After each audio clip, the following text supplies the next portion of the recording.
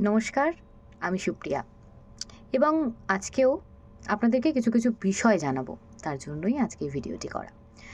অর্থাৎ আমরা দেখেছি যে মুখ্যমন্ত্রী মমতা বন্দ্যোপাধ্যায় তিনি জাতীয় নির্বাচন কমিশনকে চিঠি লিখেছেন ৩ পাতার এবং রাজ্যে কোথাও না কোথাও গিয়ে একটা যেন চিঠি চিঠি খেলা লক্ষ্য করা যাচ্ছে। কেউ ৩ পাতার চিঠি লিখছেন, কেউ ৪ পাতার চিঠি লিখছেন। অর্থাৎ ৩ পাতার চিঠি লিখেছেন মুখ্যমন্ত্রী মমতা বন্দ্যোপাধ্যায়, আর অপরদিকে ৪ পাতার চিঠি লিখেছেন বিরোধী দলনেতা শুভেন্দু অধিকারী। এবং তারপর আমরা দেখলাম আজকে শুক্রবার দিন অমিত শাহ তিনি অনুপ্রবেশ নিয়ে বিভিন্ন মন্তব্য করেছেন, অনুপ্রবেশকারীদের কথা বলেছেন।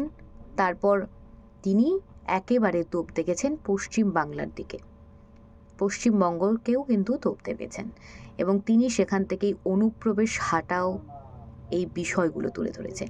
যেখানে আমরা দেখেছিলাম স্বরূপনগরে সেখানে 200 থেকে 300 বাংলাদেশি অবৈধ অনুপ্রবেশ বারংবার তাকে দাগিয়ে দেওয়া হচ্ছে, তারা সেখানে বসে রয়েছে না। তারই জেরে আমরা দেখলাম যে অমিত শাহ তিনিও সরব হয়েছেন মুখ্যমন্ত্রী মমতা বন্দ্যোপাধ্যায়কে কটাক্ষ করতে। আজকের আপডেটটুকু এই পর্যন্তই।